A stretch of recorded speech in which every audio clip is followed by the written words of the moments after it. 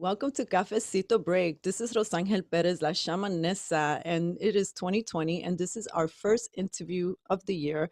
It is someone that my sister and I are really excited to share with you on our platform.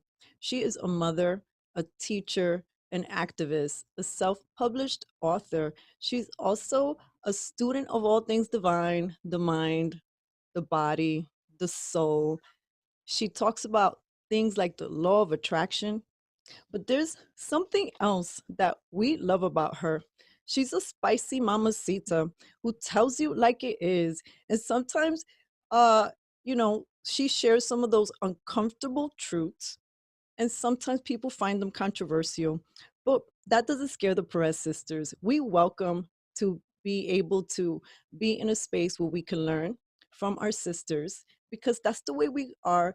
We grow and expand on this beautiful soul journey that we call this moment of now. So, without further ado, I'd like to introduce and help me welcome ZaZa Ali to Cafecito Break. Happy 2020. Welcome to the show.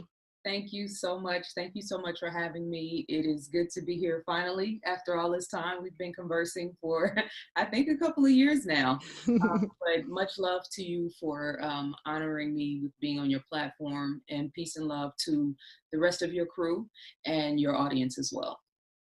Thank you, Zaza. I've mentioned that you have some self-published books, some that I cannot wait to get my hands on. But if you could share with your audience what some of those books titles are. And I know I got your workbook, Change Your Mind, which I started already, and it's really important. It's one of the conversations that I want to dive into a little later on. But if you can share a little bit about your published works.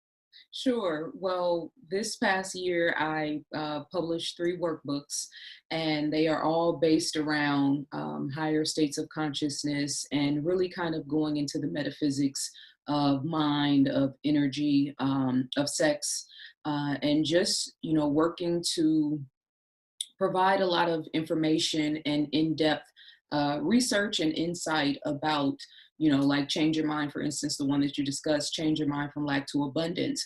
That is a journey from, an introspective look within, right? Learning about some of the things that are holding us back, whether it's from our upbringing and background, to getting into a middle ground where we start to take full accountability and responsibility for our lives where we are right now, into a prosperity consciousness and into an abundance consciousness. I also released The Science of Self, Volume 1, which is based around consciousness, energy, vibration. That is dealing with everything from the science of fear to vibrations and energy, understanding hormones and how they impact our behavior, and also talking about the law of attraction as well. And then the science of sex, which was the second workbook that I released last year, is basically talking about the cultural norms, particularly in America, how we view sex, how it is, viewed and represented in popular culture, and starting to have a conversation about sex from a spiritual perspective, from that sacred mindset. So I released those three workbooks last year, and I'm very proud of all three of them. They are very representative of where I am right now in my science and in my teaching, not my science, in my teaching and in my perspective of the world. And then prior to that, I released two books, 2015 and 2016, The Scientific Intervention in Our Affairs. It is basically a research study on the scientific war on melanated people, particularly melanated people, but it deals with subjects that address everything from chemtrails, genetically modified food, HARP, organ trafficking, right? Some of these really taboo subjects that people write off as conspiracy theory, that there is a substantial amount of research that is out there that we can kind of prove that this stuff is happening. So that, and then the second book was called Plagues of Dysfunction. And that book is specifically focusing on Black men and women in America, some of our issues as far as how we interact with one another, and, really starting to look within ourselves and take accountability for where we are in this space and time and how we can improve our communities. Thank you, Zaza. I Mhm. look forward to diving into those books, and I know that, I mean, just by some of the topics that you just mentioned, these are topics that in the recent years have been so present in our faces in the media or alternative media, which Mhm. is in a way great because people are sort of catching on, like, oh, okay, awakening, or I'm having a spiritual awakening, oh, I'm looking up at the sky. I'm noticing these line clouds are not nature's creation. Yeah. um, but at the same time with that has come this cancel culture, this culture that's so threatened by hearing perspectives Mhm. that are not popular. Mhm. Perspectives, like you say, quickly, you're a conspiracy theorist, um, or that they're not mainstream, they're not candy coated. Yeah. Yeah. Um, I, what I, I, inspired you to write those books? well, initially, the scientific intervention in our affairs was I didn't set out to, be a conspiracy theorist, quote unquote. I was just living in Oakland at the time and noticing white lines in the sky that did not look right. And I grew up in Oakland and in the Bay Area, and it is a very, sunshine prone area, very beautiful, right? We got to a point, I would say about maybe 15 years ago, where the skies were always white. And so that piqued my curiosity. And so I started researching online, and I learned about this group called Stop Chemtrails, and I started studying it, and then I started watching what was happening. So that is what got me into the mindset of researching chemtrails. I grew up in Oakland, a predominantly liberal, progressive Black city that was undertaken by a mass movement of crack cocaine. And as a young woman growing up and seeing this, burgeoning city be destroyed internally by this drug, I'm like, wait a minute, how do we go from here to here? So I wanted to understand, where did crack come from? What is this? What is this about? I knew the story that they were telling us, that some random drug dealers in the Bay Area, came up with this chemical concoction that exploded, but I never believed it. So I started researching that, and just, things that were happening in popular culture. Some of it was happening at that time. Some of it started, becoming popular later. And in my mind, I was like, wow, I was really ahead of my time. Planned Parenthood, when we found out that they were taking the organ tissues and selling them on the black market and making all this money and stuff. Well, I was talking about all this stuff in the book.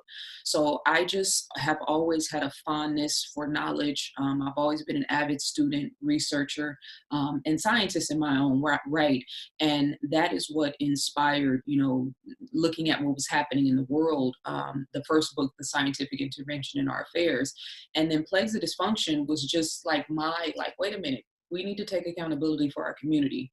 I get everything that's happening outside of us, but like internally, there are some things that we can work on within that are our responsibility, that we need to start focusing on. And then as I've grown and elevated over the years and got more into a spiritual mindset, started, branching off as far as the things that I was studying, and really, really wanting to be in alignment with the mind of the creator, really wanting to understand these universal laws.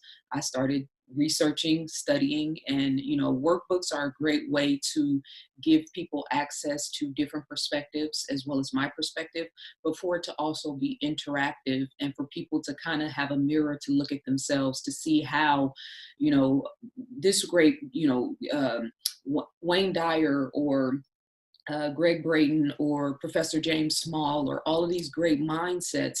A lot of their books, most people won't read, but there are jewels within all of them that if I can find the jewels, put them in the workbook, and then create a question and answer kind of consensus, people can, grow from that, and it'll be more reflective of their own lives. So it's just my, brainiac love of knowledge, wanting to get to the root of things and understand the way the world works.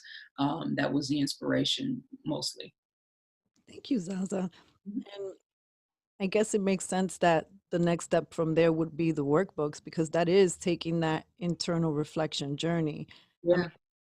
just doing the first couple of pages, I was writing some of it down, but I was also felt encouraged to answer some of the questions like out loud and hear myself say it and like sort of seeing if I could catch BS on my own responses because it's like you're asking some like they're blunt questions. They're simple, but they're blunt questions. Mhm. And I think maybe why the workbook is uh like fascinating to someone like me as an approach is because in this world where everything is just so in your face, this provides an opportunity where you can kind of go in your own space at your own time and be within and be honest, but go at your pace and Yeah, also feel like here you are, you're going to be documenting your progress. And yeah. then also having a moment where you can look back, which is one of my favorite things.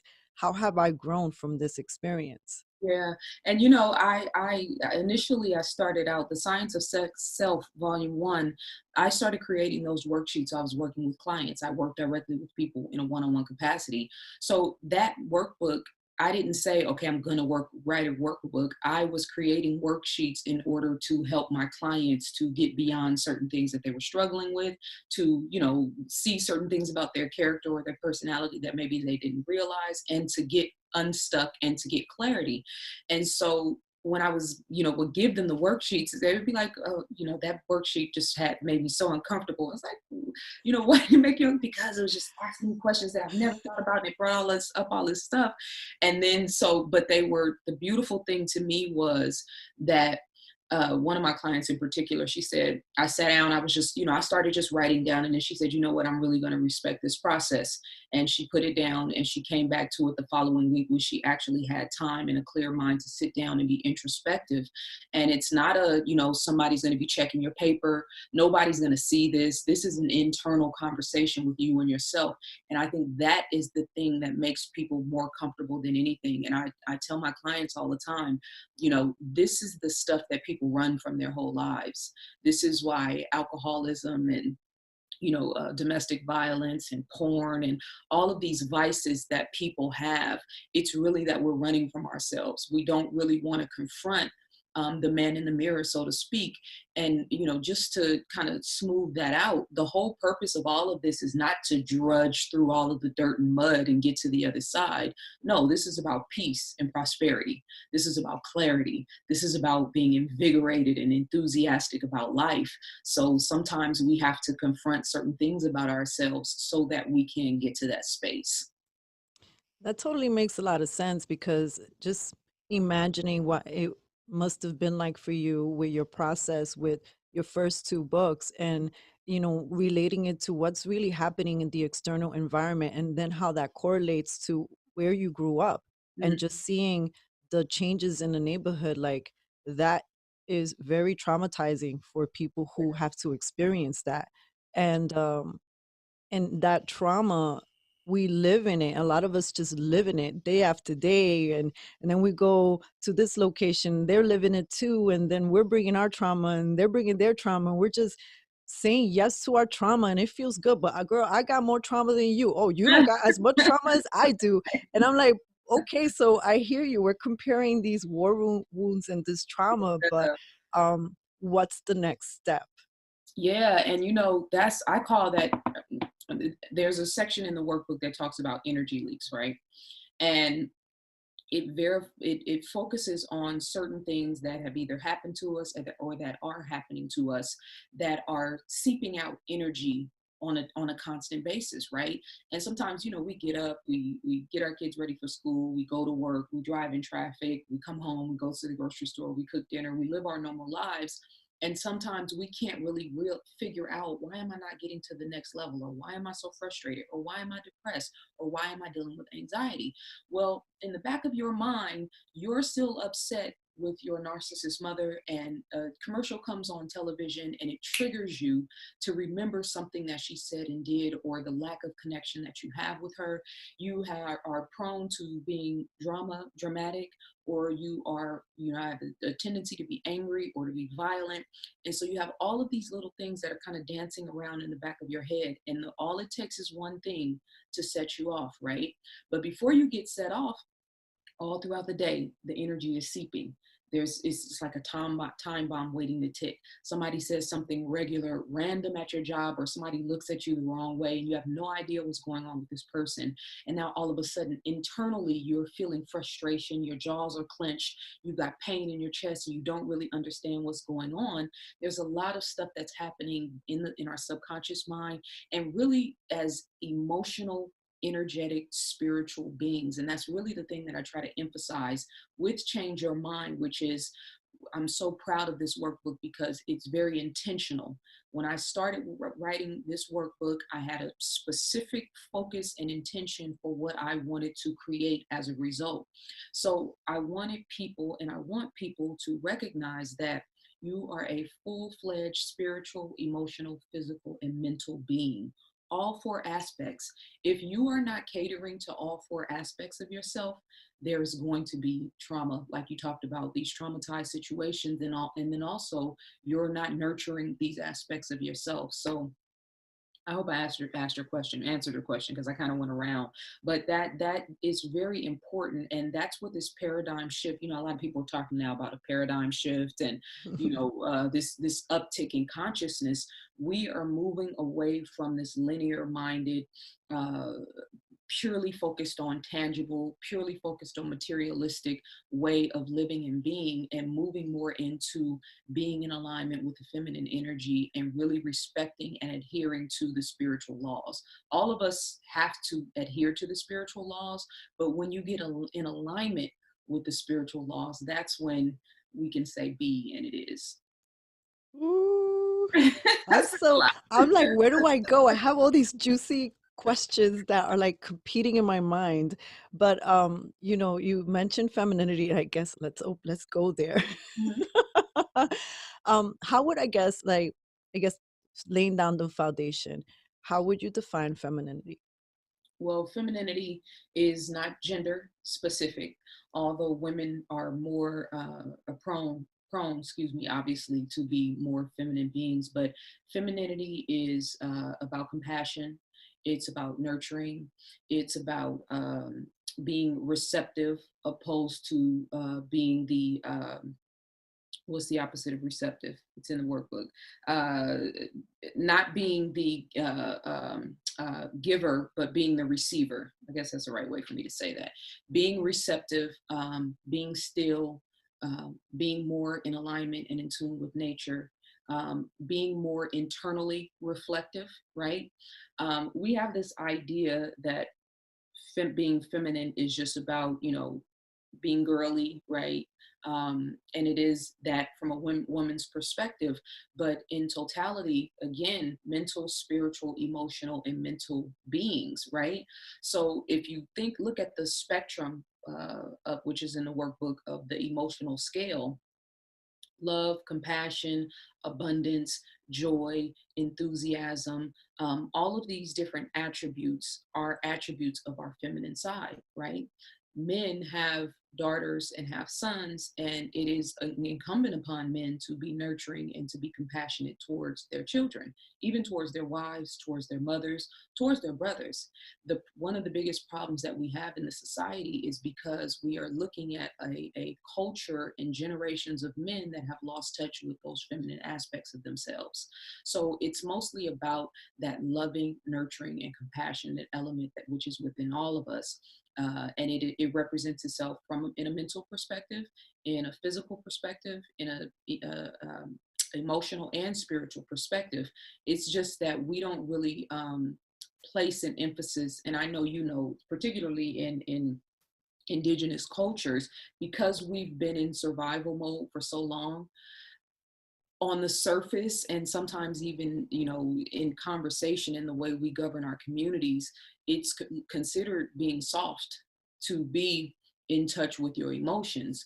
But that is where the real true power is. When your mind and your heart is in synchronicity, that is literally when you become in alignment with the mind of the creator. So compassion, nurturing, being able to look within and be introspective and receptive, and surrendering is a feminine concept when it comes to, I did everything I could, I tried to work it out, I tried to fix it. Well, I've been in a space where you literally, there's nothing you can do, where you have to surrender to the bigger lesson that is being imposed on your life and allow things to take place. Ooh, yeah, those are really hard moments.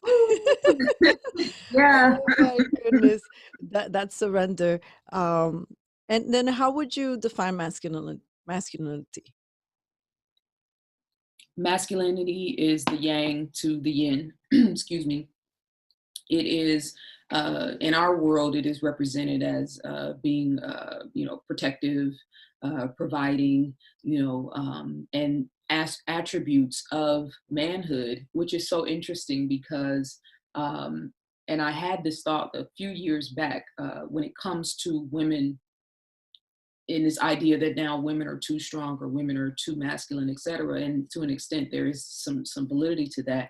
But the fact that women have masculine attributes was a blessing from the creator, because that is what helped us to navigate when Europeans colonized the world and started raping our women and taking our children.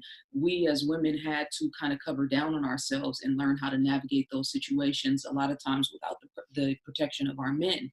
So it was important for hundreds of years that women kind of have an uptick in masculinity in order to navigate those situations.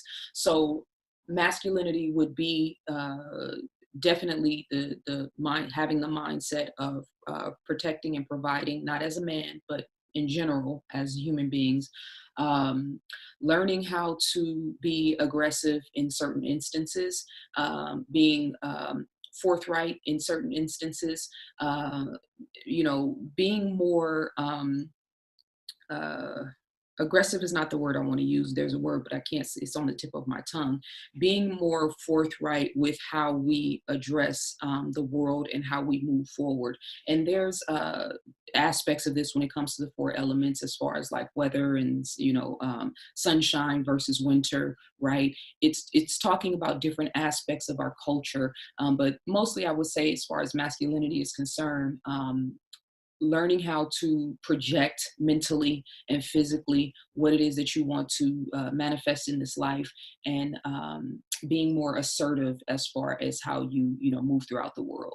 I have a better answer than that, but I don't have it on the tip of my tongue. I hope. No, it's totally okay. I mean, I feel like we're witnessing a society where we're not seeing. I think that we could benefit more from the divine aspects of femininity and masculinity, That's, and we're seeing toxic versions of both. yeah, And to be more clear, right? I'm not saying toxic femininity is equal to women only, right?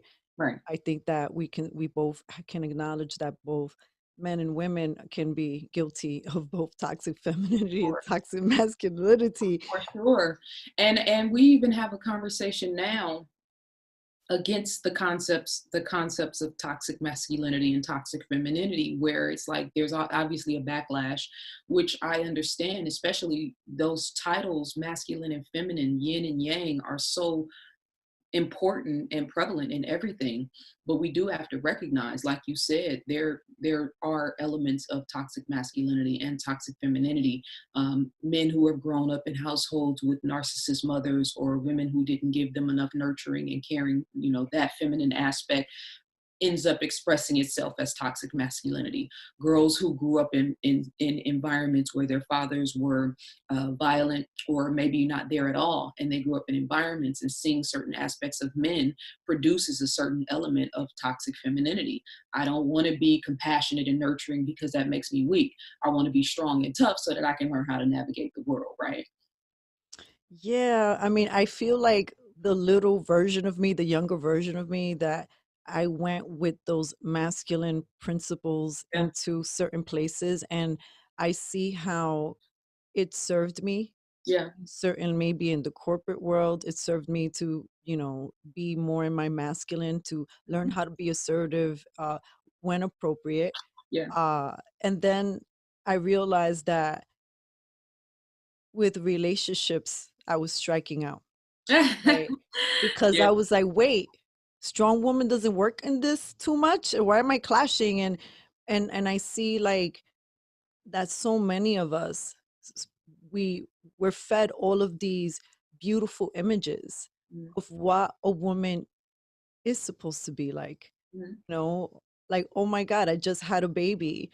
And and now I'm on in 6-inch heels and I'm parading this facade to the world like everything's okay. yeah. Or, now, or I'm gonna go back to work immediately, Mm, and you're not taking account the other parts, like the body still is in healing mode, mm, that may be too forceful on the body. mhm. But there's this pressure for so many of us to be and fit into a box. Yeah. And right now, it feels more confusing than ever Yeah. to navigate what it means to be healthy versions of this, of like, well, obviously we're all learning here.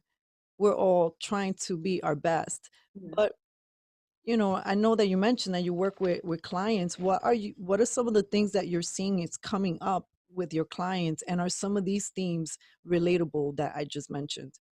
Well, you made some really important points there, and it's funny. I was thinking as you were talking, throughout time and even right now, the women that we admire and that we are endeared to, all of us, whether it's our aunties, our grandmothers, our mothers, the matriarchal forces in the family, they don't represent those sort of images. You know what I'm saying? We don't even think about the physical aspect of them. And these are the people that touch us in the deepest, most important ways. These are the people that leave legacies. These are the people that are the at the top of the pyramid as far as the family structure is concerned. And that's really something that, without saying it like that, that's something that I've really been trying to convey in my work and in my teaching. Like, wait a minute, this aspect, and I talk about this in Plagues of Dysfunction. There is a very keen sense of vanity mixed with low self-esteem. And that's what we're seeing prevalent on social media, right? No woman that is totally secure within herself is going to be spread eagle on social media, showing off the most sacred aspects of her body for attention, and then getting upset when you represent your certain type of yourself a certain type of way. It attracts a certain type of energy. We want to objectify ourselves and then get upset when we get treated like an object. Well, there is a chain of events that happens when you represent yourself a certain type of way. And that's not excusing that behavior at all, because all of it needs to be, changed, and we need to have a serious conversation. But the thing that I am seeing a lot, particularly with young women, and I have had, people reach out to me that wanted to help me to help their daughters talk to younger women. A lot of these young girls and these young women, and even some of the older women, are really battling with self-esteem issues because they don't look a certain type of way, because they don't act a certain type of way. And now it's causing conflicts with how they interact with boys and men. And I've even had this situation where, men leading in a sexual nature opposed to wanting to get to know me, and this is through social media and even, in just life, not understanding how to connect with a woman on a deeper level, on a mental level, on a spiritual level. So it's causing a breakdown, so to speak, in the male female dichotomy. Now, one thing that I always say is that, you don't have to be in a relationship with a person to have a relationship, right? We interact with men all the time at our jobs, at places that we frequent, uncles and different family members. We have to learn how to develop healthy standards of conversation, of communication, because human beings are an infrastructure. And I know you've heard me say that before. Hmm. Human beings are an infrastructure. We're an ecosystem, right? So in the same way that a school of fish is impacted if something happens to one fish, and human beings are the exact same way, as women are an ecosystem. So the fact that we have a certain sort of a prototype, if you will, of what is beautiful, of what looks good, of what women should aspire to look like. Well, there's a lot of women aspiring to look like that right now, but we forgot the mental, spiritual, and emotional aspect. So there's a breakdown in being able to have an intelligent conversation. There's a breakdown in being able to converse about deeper conversations about love and about, our purpose in life and what our divine, mission is while we're here. One of the reasons that I decided to write workbooks is because I was getting very discouraged because I'm a writer by nature, but there's not a real strong emphasis on knowledge, on reading, knowledge seeking. People will watch YouTube videos all day because there's no work for you to sit down and watch somebody else talk and to research and all that stuff. There's no real labor for you in that. But when, it starts to really become you picking up a book and actually deciding to go out and purchase something. So um, a lot of insecurity, a lot of vanity, a lot of low self-esteem, and a lot of people are lost. I have, whether it's with clients or just in consultations, there are a lot of people that are lost. The significance of that, just to kind of close this out, is that in this paradigm shift now, people are feeling so lost because it's not enough anymore. It's not enough to just look a certain type of way anymore. It's not enough to just have a job and to have the house with the white picket fence anymore. People are looking for something deeper and learning, wanting to connect with something on a deeper level. They don't know what it is. They don't know how to put a voice to it. But it all is a projection and a chronological order based on all this madness that we're seeing and this disconnection from source, if you will. It feels to me, and I don't know if this resonates with you, that I don't know, because I mean, especially with reflecting on just the last 10 years, that there's been a quickening in Mhm. society Yeah. that has been very hard for people to keep up with. Mhm. And with that is also the quickening of how social media and the smart technology is just increasing, Mhm. but ever so invasive in our lives. Yeah. And there's been times where, like, me and my sister, we're known to frequent many cafes. There's a joke in our hood because they just know us. There's a coffee shop that opens up, we're there. Mhm. And so we get to observe a lot of people coming in and out to the restaurants and people on dates, and a lot of times they come in after us and leave after, like, before us, and we're still there, and sometimes people aren't even saying anything. They're just on their phone Yeah. clicking. Maybe they'll order something and then they'll go back to their phone, and I'm like, oh my god, you have a precious luscious person right in front of you, and the Yeah. whole time you were just like this. And I'm also seeing and witnessing me, I'm like, because we have a metaphysical shop in Brooklyn, so we get a lot of those intimate conversations face to face. And with some of our younger members of our tribe, we're just also noticing a difficulty even in looking at a person in the eye, a nervousness. We're witnessing so much more anxiety, Yeah.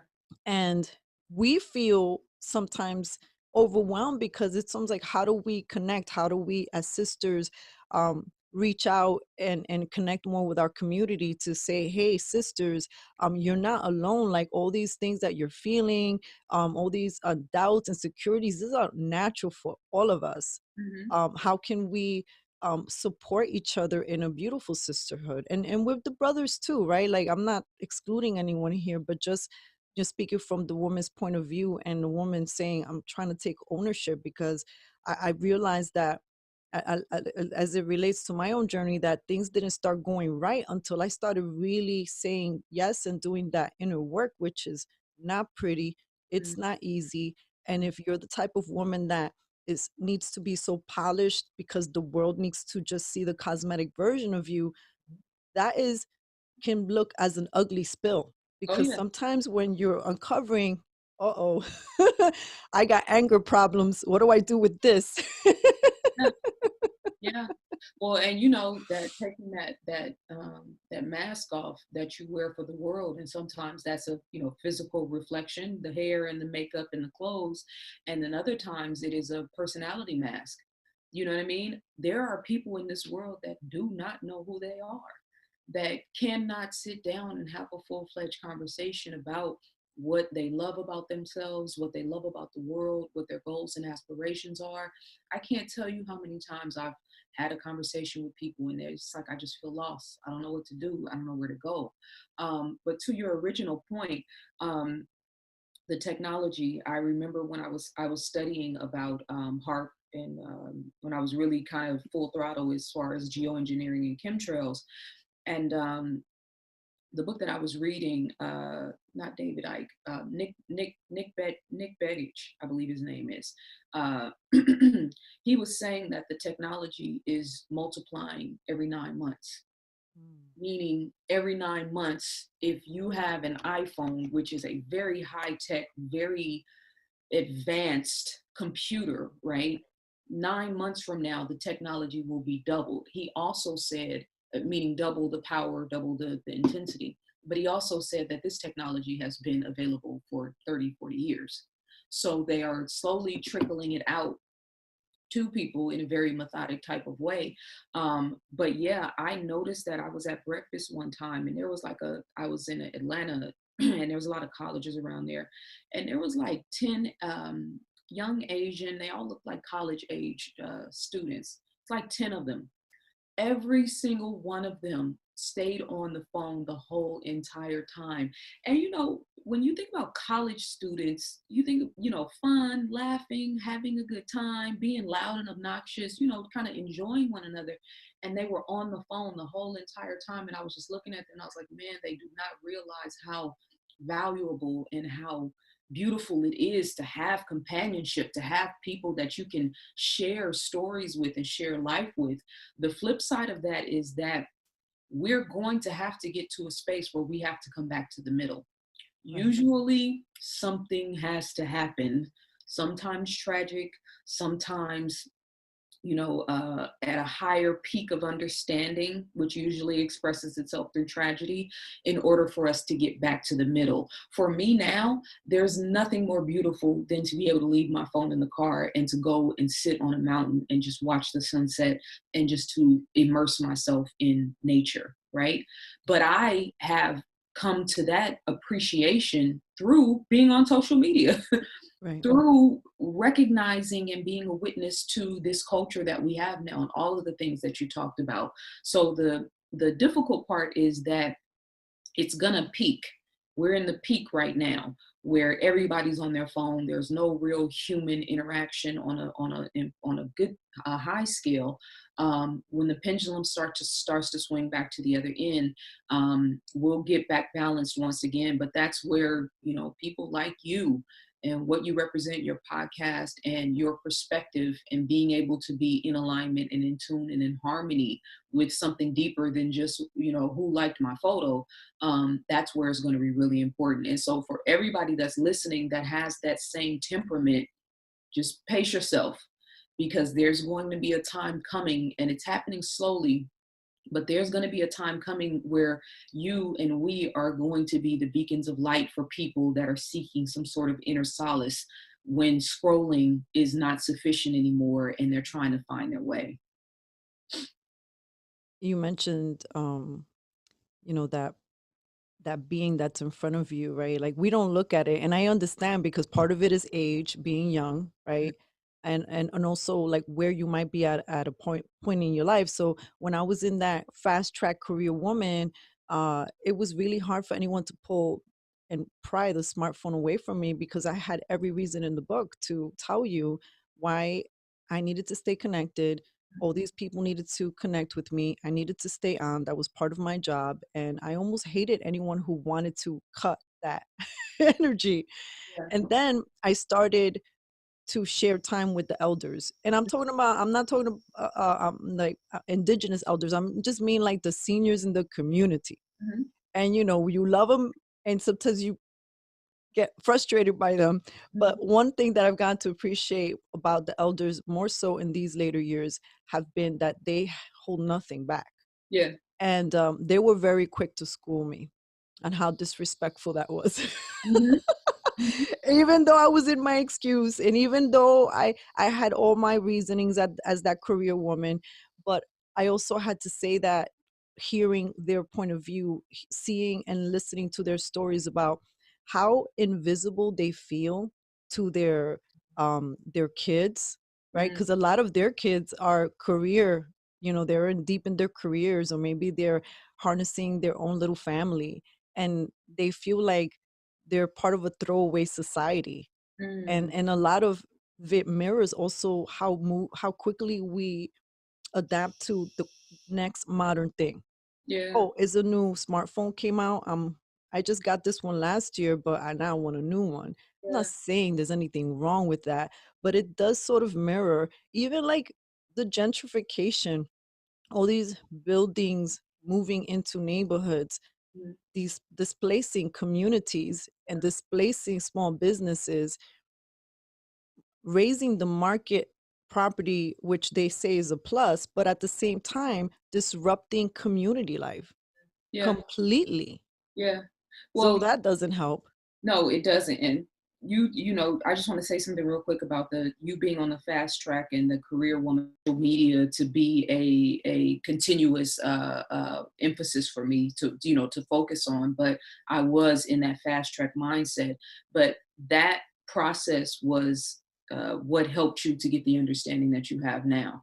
And I remember a sister told me one time that as you grow as a spiritual being, you have to respect every stage of the process, every teacher, whether it was somebody in the hood, a Mhm. dope dealer on the corner, or the elders in the community, or the random guy at the liquor store. Every single person and every single aspect of that process is equally important, right? But um, it's so funny that capitalism, what we hate about it is what we are also immersed in, right? Like the indigenous people around the world, we didn't have the temperament to go out and rape the earth in order to create what we know now as computers. And we had the mental prowess, we had the understanding of what these resources were capable of, but we were in harmony with the land and didn't have the temperament in order to do it to the extent where it is now, where it has created social media. So capitalism, all of the worst elements of what it has created around the world, is also part of what we are so connected to.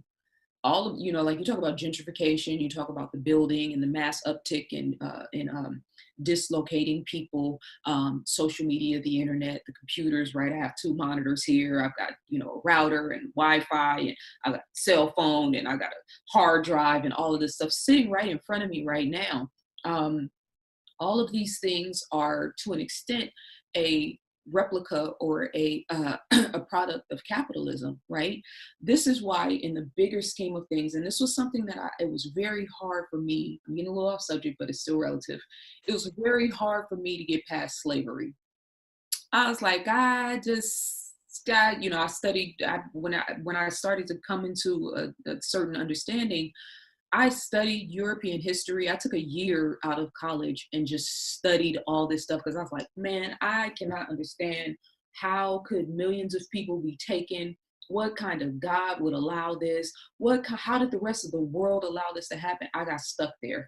And I came into this mindset, this understanding, not at one time, but in time, um, that all was a part of the process in order for us to really come back into the fullness of ourselves.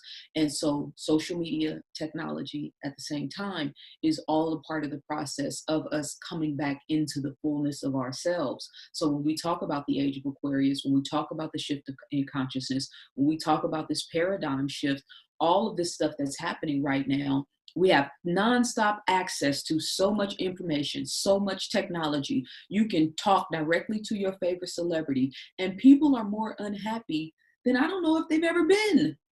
So it's kind of Mhm. like the universe is kind of thumbing its nose up at us, right? Like, okay, you want it all? Here. Now let us know, the great ancestors watching all of us and smile laughing at us. Let us know when you're ready to come back to the center. Oh man. You know what I mean? So that's the swing. It's going to happen. Um, Unfortunately, sometimes because we as human beings, we have free will, we want to test the bounds of everything. You know, we might have to swing a little bit longer before we start to come back to the center. I hear you. I mean, I am an optimist, and I have to say that I am seeing, uh, like my sister and I, our metaphysical shop has been there for 6 years. So we get to see people coming in and out, right? And we've seen more people that would never come into our shop like ours to Nice. talk about the inner journey. Like Hmm. I'm like, what you're studying to be a doctor, or you want a crystal for Nice. clarity. You know, I'm like, I love it. I love the integration and I love the respect, right? For what we say is holding space for nature, to work with nature for these tools um, that are at our reach, but to also something that we always say is important is remember your power, Yeah. right? It's like this is a tool at the end of the day. This is not like my super good luck charm. It's this is my lucky crystal, even though some people say it like that, but it's more like, well, what is it activating? You're holding like, let me see, hopefully nothing falls. Oh, I dropped you the crystal you obsidian. you But this crystal right here, for example, is very shiny and it has like this, it's soft, but it's very like happy, angelic, and my inner child loves it. Mhm. And so that's why we say it's like, it's not that you're, this is your like you're surrendering yourself to it. But if every single time you pick this up and it reminds you of those qualities that you're trying to activate, and maybe you're moving through a space of deep grief, then this becomes a totem. And every single time you're thinking like happier, healthier, lighter thoughts, if you keep thinking about this, what's going to happen with your state after you've already had that connection, thought connection 30 times Yeah. over the span of 30 days? Yeah. So, And you this, know what's deep about it? And I was having this conversation with a brother the other day. This is what's so fascinating and so powerful about human beings, and this is why my the whole entire life's work is to help us to get a deeper understanding of who we are. That crystal, for you and for anyone that takes what you just said seriously and puts belief into it, can become a element of change, right? An element of healing, an element of growth. To somebody random, whoever, Joe Blow, any, for somebody that's just a rock. Mhm.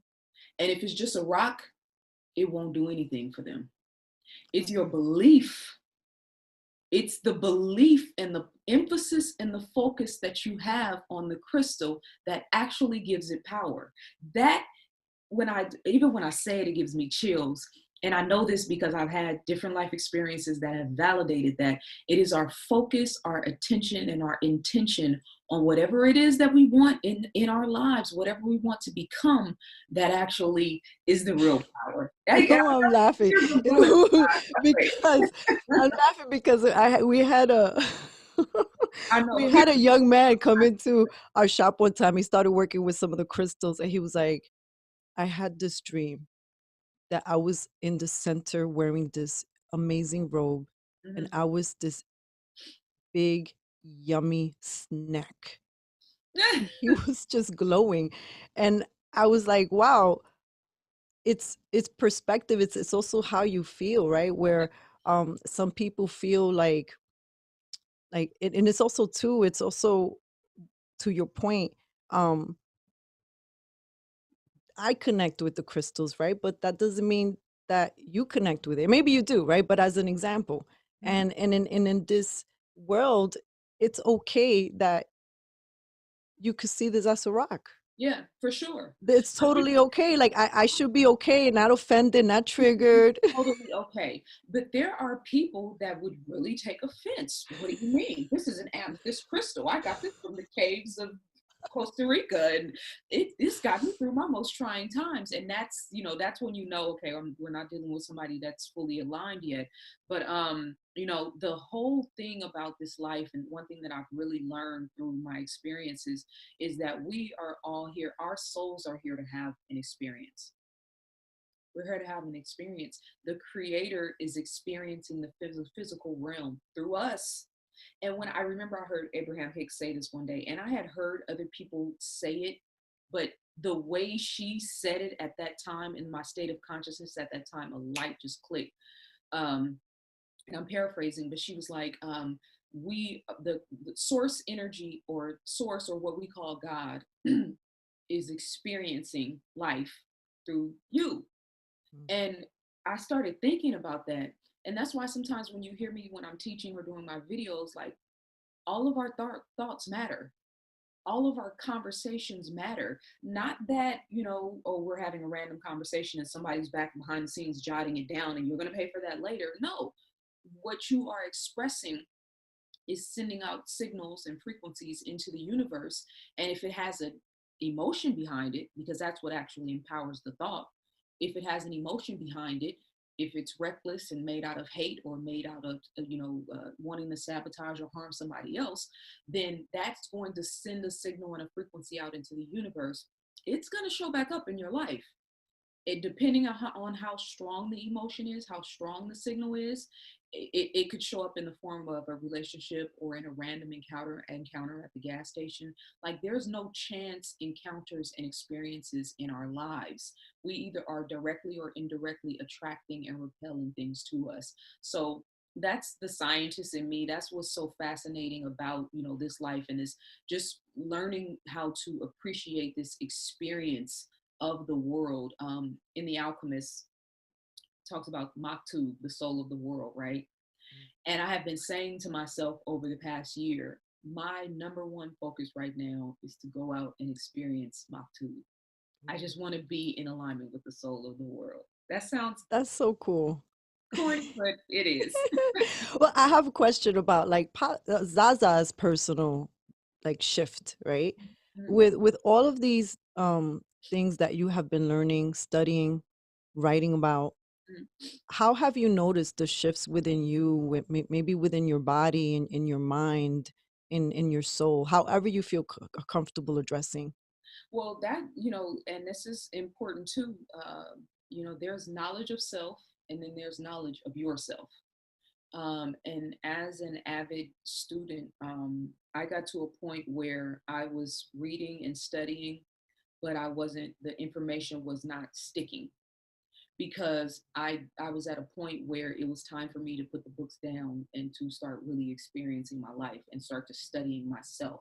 So there's been, different marking points, so to speak, in my life, where, okay, a light came on and then the light went off. And then I had a, revelation into myself. And then it took me 6 months to really understand what that meant. But there's been marking points all along the path. Me being primarily focused at one point on, fighting against racism, white supremacy, fighting against injustice, working specifically to help my people to get a better understanding of what the problem is, what we need to do, how we need to fight against the system and bang on the beast, so to speak. And again, all important aspects of my growth and development. I got to a point where I hit a brick wall, because this same language that I'm speaking has been spoken for a long time, and there hasn't been a lot of movement progressively for the culture, things that we can tangibly identify, right? And then also I was dealing with stuff personally within my own life. I moved to Atlanta. My son was in California with his father. I had to go back and bring him here, figure out if I was going to stay there, stay here, stop doing radio.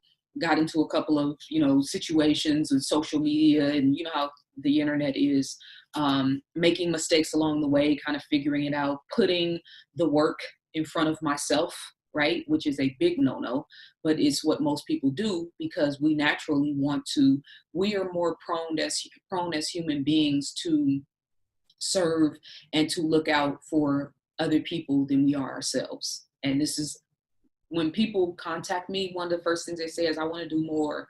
I don't feel like I'm doing enough. And then 15 minutes into the conversation, they're falling apart.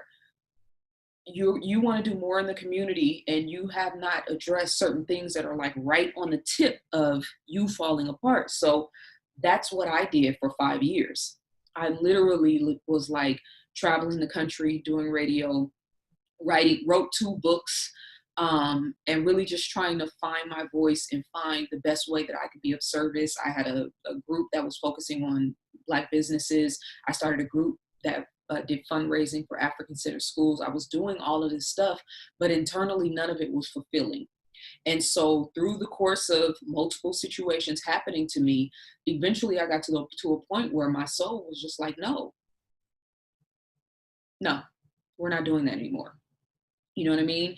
And it's like hitting a brick wall, because you know you can't operate according to the standards of the world and what everybody else is telling you to do.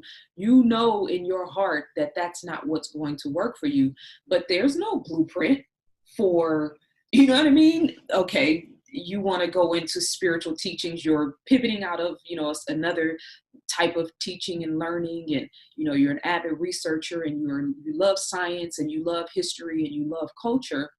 There's not really a umbrella for me to stand underneath to figure it out. We don't have those type of institutions in our communities. We look back at Kemet, we look back at the indigenous native people, and we can talk about what they did, but we don't really have safe houses for our people to be able to stand underneath an umbrella while they figure it out. We're all figuring it out on the job. So I was figuring it out on the job. And at the same time, writing, developing my social media platforms, still doing videos, taking time off, or you don't see me for 6 months. You know what I mean? So that whole process is what really, and at the time, and knowing internally, I've always known my life was going to be big. I didn't really know what that was going to look like, but I've always had a voice that was beyond me that I couldn't really take credit for. And as I was going through all of these trials and tribulations, that voice got stronger. It got wiser. It was directing me a lot of times. So it was, a lot of trial and error, a lot of, nights it's sitting in the dark. You know what I'm saying? Just like I can't think. I don't know what to do. I don't know where to go. Just sitting in the dark and just sitting with myself, analyzing my thoughts, and just really, calling out to the universe and to the ancestors. I need help. I need guidance. You know what I mean? That's it's not pretty, like you said, but that was a process.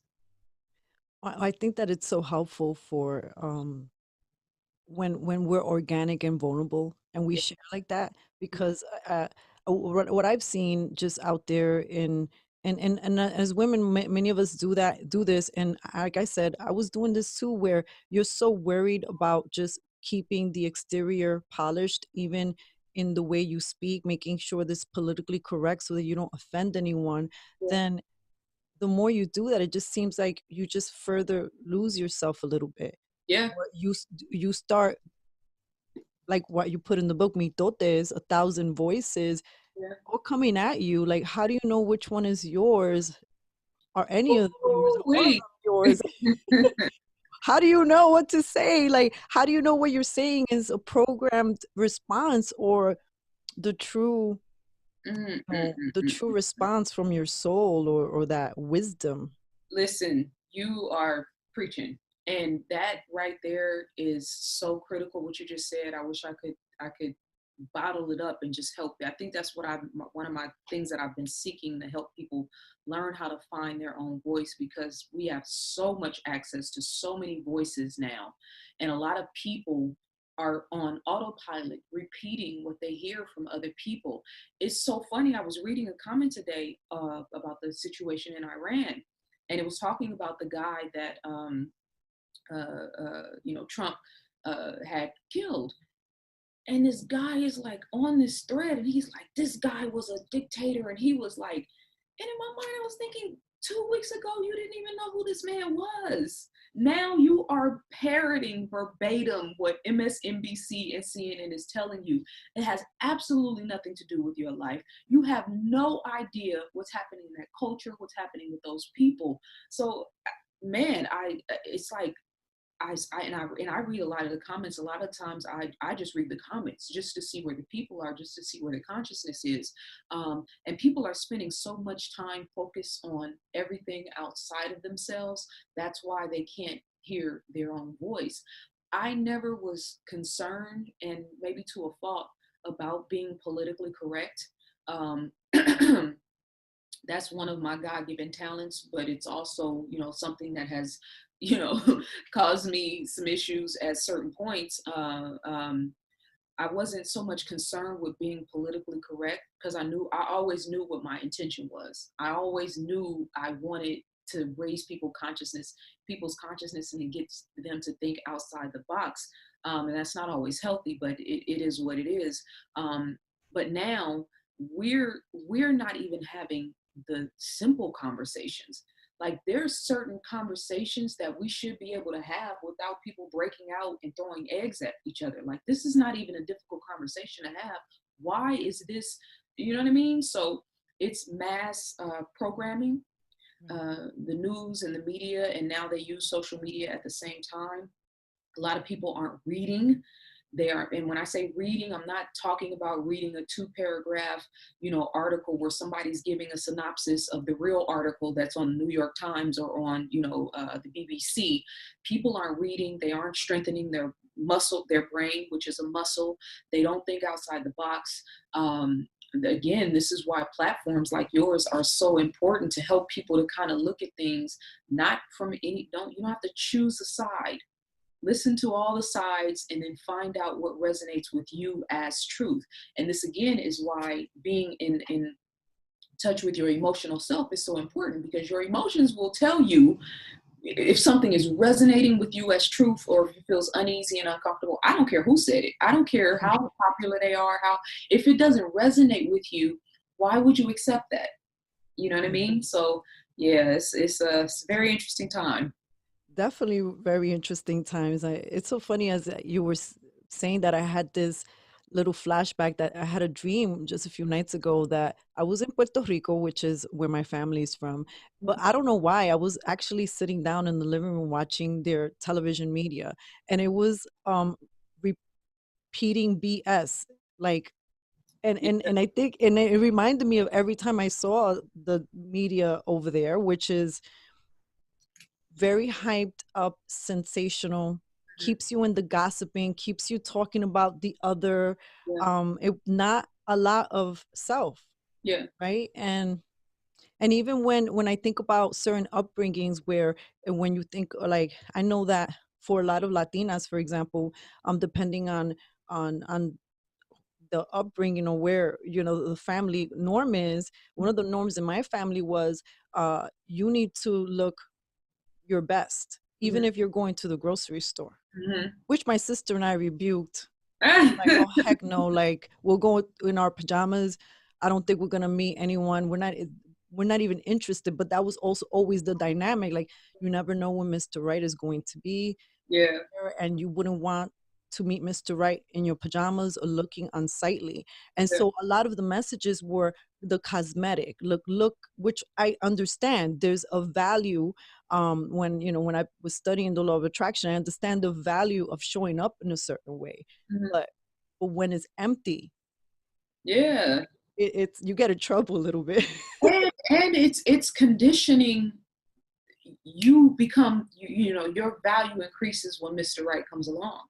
Mm, Until then, the goal is to find Mr. Right, not to be, highly intelligent. And I know this, this is not a blanket statement, but we emphasize so much. And even for me, I recognize this with so many women that I've talked to and that I've worked with, that go in and out of relationships because, directly or indirectly, that's what the culture, that's what our families are telling a lot of us as women. um, get in relationships and then either lose who they were before the relationship, or get in a relationship, totally lose themselves, and then are totally devastated when the relationship is over, because I don't know what to do. I don't know who I am. I don't know where I'm going. It's like, yeah, that's all supposed to be a part of the process. Before the relationship, during the relationship, after the relationship, we should be cultivating and nurturing who we are, what we want, what we desire. It's across, I mean, this is across the board, all races, all nationalities, something that, you know, again, the shift that's happening, talk about the age of Aquarius, we are moving away from that dynamic of we as women purely defining ourselves based on relationships. And I say that understanding 100% the importance of the family, supporting 100% the institution of marriage in a healthy and comfortable and safe way. But yeah, we have to reshape and remold ourselves as far as our value and our importance, regardless to whom or what. Right, because it's like the whole verbiage or messages that many of us got was, well, you want to prepare yourself for Mr. or Miss, right? Mhm. But we no one ever talked about what that preparation is. Yeah. What Well, does that look like? What does and and so then to circle back of, you know, what attracts me about your work and even your workbooks is that they create an opportunity. mhm, You could start, where do you want to start? Change your mind, right? mhm, So I am looking forward to the other ones, the yes. spicy one too. But that you can choose and work through it and have that lens and work on that relationship that we all do is with ourselves. Like, this is a relationship I can't break up with, so I gotta like this house at some point. Yes, yes, absolutely. And, you know, again, we're here to experience this life. What is it that you want to experience while you're here? What is your thing? What is your niche? For me, it's writing. For me, it's researching. For me, it's traveling. That's about to be one of my real missions and goals, as well as a few other things. But what do you want to experience while you're here? Most of us are reacting to life.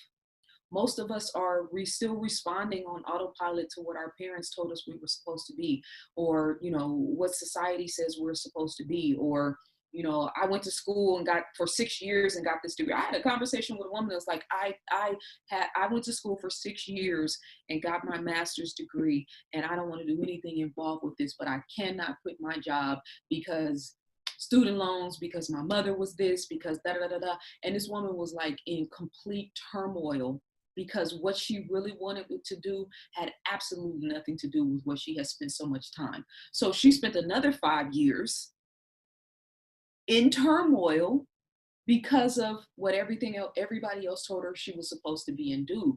What is it that you really want to experience while you're here? I have a section in the workbook called prosperity consciousness.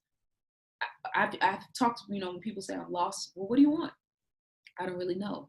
Well, what do what kind of job do you want? What kind of business do you want? What would you like your family situation to look like? Where would you like to live? Well, I can't really afford. People start automatically arguing for their limitations, as Abraham Hicks says. You know, it's like take all of the who, what, when, where, why, and how out of the equation. What do you actually want your life to look and feel like? That is the most important thing to me with my platforms and with my workbooks and with what I'm doing right now, to help people to feel inspired and invigorated and to answer that question. And it's going to look totally different for everybody. And there's no right or wrong as long as you aren't infringing on anybody else or harming anybody else. Like, take off the mask, take off the worries of the world, and just really start to discover and ask that question internally. I love that, because just listening to you describe it, it just felt like this opportunity for a deep breath and an exhale. And like Yeah. you said, the details will be different for everyone, but that is an exciting question. It's beautiful to be witness, to witness another, to uplift in that way, right? Where we're like, I know that, I'm not trying to be fluffy wuffy. I know that there's a lot of challenges for many of us happening in this moment of now, but there's also so much beauty. There's also beautiful crystals. At Oh, least that's why I look at it, right? And absolutely. could be a rock for you. And And no, and like if you my mom will tell me, really upset, that Jesus is not in this crystal. right, And yeah, it's okay. Like, I'm not gonna break up with my mom because, we still see or the yoga is a same form of thing. witchcraft, devil worshiping yoga. Yeah. I've Yeah, heard yeah. that. Oh, all of those things. The exhale. Naughty naughtiness to exhale. Well, I don't Okay. wanna hold you up too much. I was wondering maybe I could ask you a couple of more questions. Um, I've been so grateful for your time today, and And I'm really, enjoying this I'm not conversation. surprised. I knew we were gonna have a fantastic conversation. I'm enjoying this conversation. We're good. All right. So I'm going to, the questions over here. I just wanna read real quick. What are some things that we can begin doing to heal and harmonize the the feminine and masculine within us? Um, I'm sending you a message, but I'm sorry. Oh, no problem. I think one of the most important things is getting back in tune and in alignment with nature. I think that is would probably be my number one answer as far as the masculine and the feminine, because there are so many answers to a lot of the questions that we have within ourselves, the soul searching that we're doing, a lot of the problems that we just don't have the tools to figure out on the surface. Sometimes just learning how to go out and just really look at and be one with the world um, has it's given me a lot of relief as time has passed by. The science of breath and breathing, I cannot emphasize that enough.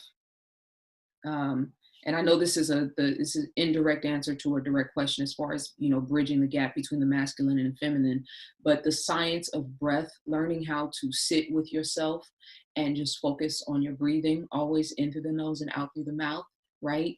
Learning how to be still and how to really listen internally to your voice, to the message that is coming to you from the universe, from the ancestors, and sometimes just turning off the world, right? We talked about all those voices that we are inundated with.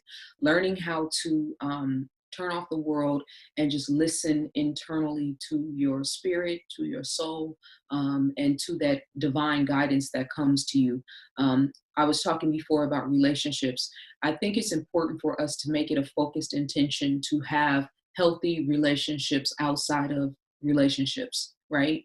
To have coworkers and to have people that are in our lives, friends, male friends, female friends, connections with uncles, cousins, have healthy dialogue and conversation, be there for one another, listen, right? And if you have a brother or an uncle or a man in your family or a man that's close to you that is misusing or abusing a woman anywhere, that needs to be a point of emphasis for you to help them to not necessarily just leave them unless it's a dangerous situation and you don't want to be a part of it, but help our men to learn and understand how to better appreciate and value and interact with women, and vice versa, because there's a lot of women out here that have very unhealthy relationships and stigmas about men and about relationships. So those things I think would be probably at the top of my list as far as just helping us to get a better understanding. Men reading literature from women and listening to women, opposed to only listening to men that speak to wherever you are in your consciousness. Women listening to men that speak to the issues that men have. And listening is an art, not hearing with the intention of responding, but like really just stopping and listening to a person and not talking. I think if we can start to really work on those things, that will go a long way towards healing that gap. Thank you, Zaza. Mhm. And this question is from my sister. She has a little queen and a little king. But particular, she says, for our little queens growing up in an over sexualized and depraved expression of feminization, Mm. what are some of the ways that we can counter what they are oversaturated with on a daily basis? Okay, so give your sister my love and tell her thank you for asking that. I am actually the next two workbooks that I'm going to be working on. The first workbook is going to be specifically directed towards that question, not just the over sexualization, but hygiene, how to deal with boys, life conversations, food and pop culture and music and social media. the conversation that all parents want to have with their children, but at a certain point they stop listening to you. And that's when the village has to come in and try to help, explain those things and have those conversations. I am specifically writing a workbook, and I'll be creating a curriculum as well, specifically for that. But I think that really highlighting people in our culture, women in our culture that represent a different type of sacredness, a different type of respect, right? They carry themselves in a certain type of way. Misty Copeland is one for me, the ballerina. There are women who are Ava DuVernay, and a lot of the content that she has produced. There are women that are in the community and in the culture that are specifically working towards setting a different standard for how women are viewed. I think introducing them to that, and also broadening the scope of what our girls are watching. Because if they're just watching reality TV and looking at pictures on Instagram, that's a very limited scope of what women are. We start branching out and finding ways to make culture fun. Hamilton, the play in New York. I made a list of things. I can't remember all of them off the top of my head, but there are different things in our culture now that represent a different level of culture and engagement and fun and activity. And then introducing them to women that maybe online, myself, and there are other women that represent a different level of consciousness. But it's important that wherever she is, if she loves fashion, or if she loves music, or if she loves history, or if she loves math, like find her thing, and then find the women that are into that represent a higher ideal, right?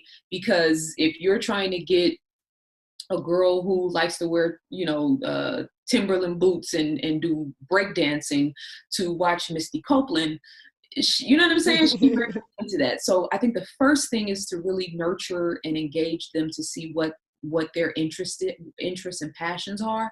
And then from there, that's where you find things that help to cultivate a healthy representation of womanhood. I really love that. Thank you. Thank you very much. And I'm pretty sure she's gonna be so delighted to hear just this whole conversation. Uh, she's definitely someone that I've been very lucky with her relationship, and she's been my mirror and my teacher. Mhm. In it that sometimes as women, we are so quick to just yes each other, Yeah. or it's harder to have those real, like, honest conversations with one another. And when you can hold space to listen, like you said, and really listen, and not hear to and prepare a response to defend yourself, but really take in, like, the wisdom of someone else. That's a beautiful place to allow yourself to be in that humility, and Yeah. it's also such a place of growth. Yeah. It's also something, things that you resonate, and I really am grateful for your time today. Thank you so much. And can I add one more thing to that last comment? Um, the other thing that I think is important, and I'm finding ways to do this, and this is going to be in the workbook as well, is to show our daughters the flip side of that world. We live in a world now that is promoting, like the stripper culture, for instance. That's a dangerous world. You know what I mean? And sometimes when we lead with sexuality, when we interact with men, especially when we're not dealing with men who are, intelligent and mature, that can lead to a lot of very dysfunctional interactions and possibly dangerous situations. Um, have told a story before to young women, just gauging as a young woman, 14, 15, 16 years old, the girls who I grew up with, the different paths that we took, and having friends that might have, kind of were off the hook at a certain point in time. She ends up with a baby at 15 years old, and now her childhood is gone, and now she's got another life, and now her son's life is not really developing in a healthy way, and he ends up, off the hook too, and her life kind of takes on a totally different trajectory, opposed to maybe being a little bit more reserved with how you carry yourself, waiting a little while longer, right? Abstinence and being sexually disciplined should not be a curse word in our culture and when we talk to our children. So just helping our daughters to understand that there is power in waiting. There is power in saving yourself. And it could be for a relationship, or it could just be because I'm not ready for that. Not most, a lot of our issues, most of our issues as young women, when we become sexually active, are around men. You know what I mean? Or around the relationships that we get involved in, because we're not emotionally mature enough yet to take on those type of roles. So now we're playing the role of big girl, but we're not really living a woman's life. Our parents are still taking care of us. We still have to ask permission to go places. We're lying and sneaking around. So there's a lot of ramifications that come with carrying yourself in a certain type of way. And I knew at a very young age, because I had a lot of male friends, and I would hear how they would talk about females and how they would talk about the girls that they were doing the do with, right? Young, I'm talking about middle school. I would hear my homeboys talking about these females, and I was like, man, I don't ever want a group of men to be in a room talking about me like that. I can remember like having that conversation with myself when I was listening to them. So to these young women and these young sisters, you do not want to be that young woman that they are in a room, in the locker room, chopping up and talking about how they did this and did that and had you this way and had you that way. And then, 6 months pass and now you're over him, and now you looking at his friend and he's cute, or some other boy. And then you guys do what you do. And then 6 months later, that's over because he dogged you. And so now there's a new boy. It's like, you look up and you got out of high school and you got 6 or 7 different guys that you've given yourself and your body to. Like, if you really think about that, that's a fast track for a lot of dysfunctional trauma, as you talked about before. So there's a lot of power in reserving yourself, in appreciating your body, in appreciating the process of trying to figure it out, and not trying to figure it out while you are frantic and crazy over some boy that may or may not be in your life a month from now. Like, if he really cares about you, if he really is of any value and of any substance, then he will appreciate your process and allow you to figure it out with him, opposed to you making decisions that may not serve you well in the long run. This is so important to me, and I'm so glad that you asked that and that she asked that, because we've got to change the narrative that our daughters, and not just our girls, but a lot of these young women and even some middle-aged women have totally lost their sense of who they are and are leading sexually and forgetting that there is a mental and emotional and a spiritual aspect of themselves that is the most important and valuable and powerful part of who she is. Be careful with how you move, not just because it's dangerous, but because you got a lot of life to live. You got a lot Yeah, of it's like there's experiences a to lot have. of powerful goddesses, young goddesses walking around with all that For sure, energy, and I always say that's the treasure between your legs. for sure. You know, and I will say I've been humbled too by the brothers that I have in my life, or family members. I remember one time having a family member. So funny when you talk about people, all of a sudden I got a whole bunch of like text messages. Who are you talking about? Who you're outing? I'm like, no, I'm gonna keep that to myself. But it was definitely one of my relatives that was known to be hot with the mamacitas, and Mhm, he was always had so many chicas in his life. And mhm, one moment he's laughing, and he's looking at a meme, and he's laughing. I didn't feel it was funny, but he said, oh, love got easier to I mean love got harder to find because sex got easier to get. mm. And Yeah, I was like, he conquered her. This is a conquering. It's a game. it was a game. And then another, because memes are so priceless, they just smack you in the face. It's like, Yeah. why are you upset that you got treated out like pizza, takeout, when you're when you when well, why are you upset that he's not treating you like filet mignon when you're positioning yourself like your pizza, like your takeout? And I Yeah. was like, oh no. Like, Listen, there is a difference between attention and respect. These are and nowadays we've got it confused. Everybody wants attention. There is a big difference between attention and respect, and there is levels of men. There's qualities. It's the same women. And not to bash anybody or be judgmental, but like, when you're in the company of quality people, because they make you feel good about yourself. They make you help you to figure this thing out. When you got people in your life, and men, and I've been there when I was younger, constantly making me question myself, making me feel insecure, making me always, look at other women and think about how he's feeling about them or how he's looking. That is way too much drama and way too much stress, especially for a young woman. Trust me, once you open that door, the emotions start getting out of control. Your hormones are raging. You're not thinking rationally. Like, if he is of quality and of value and good stock, he will wait. And that's a great way for you to test him out. That's an excellent way to figure out the quality of men that you are dealing with in your life, their expectations of you, and the patience factor. Are you willing to walk me through this, or do you only want one thing for me? Powerful questions. I never wanted to be that woman. I'm telling you, I was No, like, me neither. I You will know, never have a group of men in a room all talking about how I hit that. Oh, you hit that? What? Never.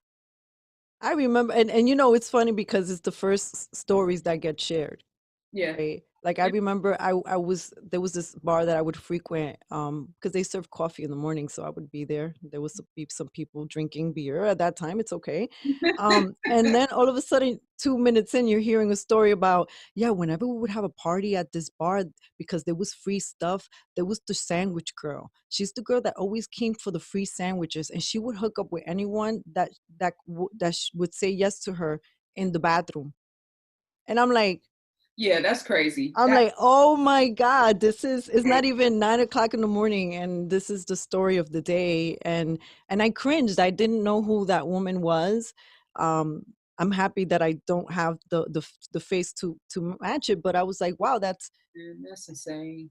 that's not a favorable way for anyone to address you." And to me, I just look upon men and women, our brothers and sisters, as treasures, walking treasures, and we have treasure to share with other people, and it should be the person that respects you and meets you. And men too. Men have to start learning how to be more protective of themselves and protective of their bodies, and be more careful about who they're sharing their energy with. And when you get the Science of Sex workbook, you'll see I talk about that. Like, that's an energy transference. A lot of us are walking around here crazy and can't really understand why we can't get a solid footing in our lives. But you got all these bodies, all this energy, all this madness, traveling through you energetically because of the people that you're sleeping with, condom or no condom. That's an energy transference when two bodies link up. So there's a lot of stuff that's happening on a deeper mental and psychological level that people don't realize. Men have to start being more safeguarded with their bodies, more protective of themselves, and really being more careful about how they move out in this world, especially now. There's a lot of surface, people out here that don't really that I'll just tell you this. I have a lot of male friends, and one of the things, one of my good friends out here, he always talks about, like, man, Zaza, you got to talk about this. All these women are like, what are you going to do for me? What are you going to buy me? Where are you going to take me? Like, he's like, the conversation is so surface. He's a very friendly guy, so he talks to a lot of people. He's like, man, I meet these women and it's just automatically like, what can you do for me?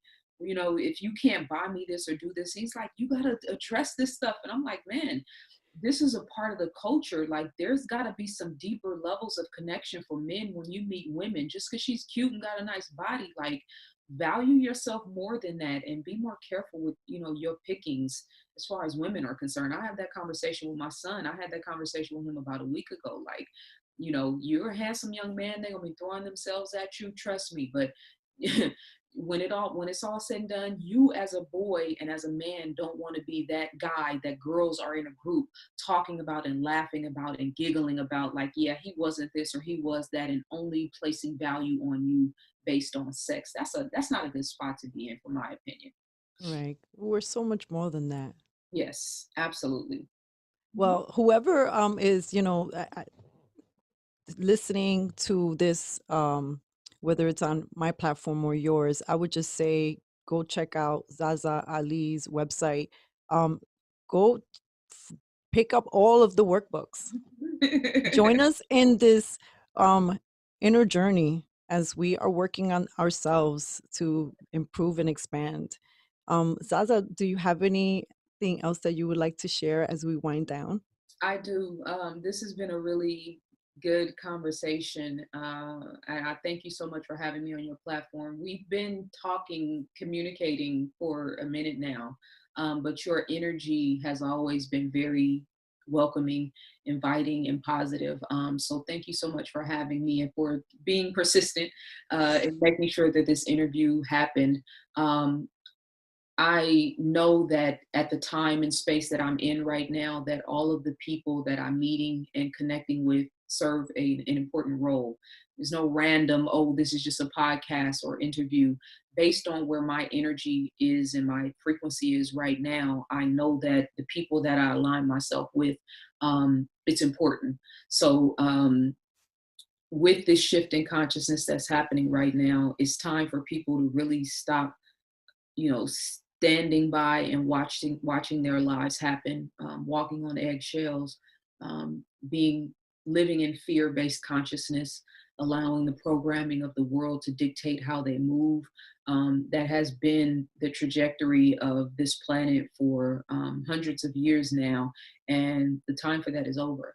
And everything that's happening right now, even as scary or as frustrating as it is, from the talk of war and all of the stuff that's happening, all of it is leading us towards this higher state of consciousness. So we have to lean into it. Don't become a victim to it. Don't become a victim of fear-based consciousness. This is why it's important to be still and to listen to yourself and really decide what it is that you want your life to live, to be, what you want it to feel like, how you want to experience this world. Because you have to, once you make the decision, the universe is going to conspire and do everything that needs to be done and bring everybody on your path, that will help to bring that into fruition. If you haven't decided, then that's why you are suffering. And that's why you are struggling. And that's why you are having repetitive circumstances and situations and behaviors and patterns, because you haven't decided what you want your life to look and feel like. So that's what the workbooks are about. That's what this conversation is about. And that's what this paradigm shift is about right now. ZaZaAli.com is my website. My email address is info@ZaZaAli.com. And you guys are welcome to reach out to me, give me your feedback. And again, thank you so much, sis, for having me. This was a great conversation, and I hope that it goes out into the ethers and that it touches somebody in the right time and space and helps them to change the trajectory of their life. Thank you so much, Zaza. I am really overjoyed. My whole being is so happy and just grateful that you extended this opportunity for us to share, and that we hope that we can have more time with you like this in the near future, because there's so Absolutely. much that we can chat about. Well, when I come to New York, I'm going to make it a point to come and see you guys at your metaphysics shop. All right. Ooh, now you gave me other ideas. For sure. Yeah, I would love that. Oh my, un besito Thank from you so much. me, from Brooklyn, from the Perez sisters. Muchas bendiciones, many blessings to you, sister. Much success and joy and prosperity and love and all of the goodness that you offer to everyone. May it be repeated unto you. And I want to wrap out with this quote, and because it reminds me of you, Zaza. It's by Paulo Coelho. Elegance is achieved when all that is superfluous has been discarded and the human being discovers simplicity and concentration. The simpler and more sober the posture, the more beautiful it will be. And Mm. so when I think about you, I think about elegance and beauty and wisdom and what a queen is. So thank you so much for your time. And I will connect with you on social media. I'll speak to you soon. Huepa, huepa, vamos a hacerlo, huepa, huepa, huepa, vamos a hacerlo, huepa, aquí con cafecito.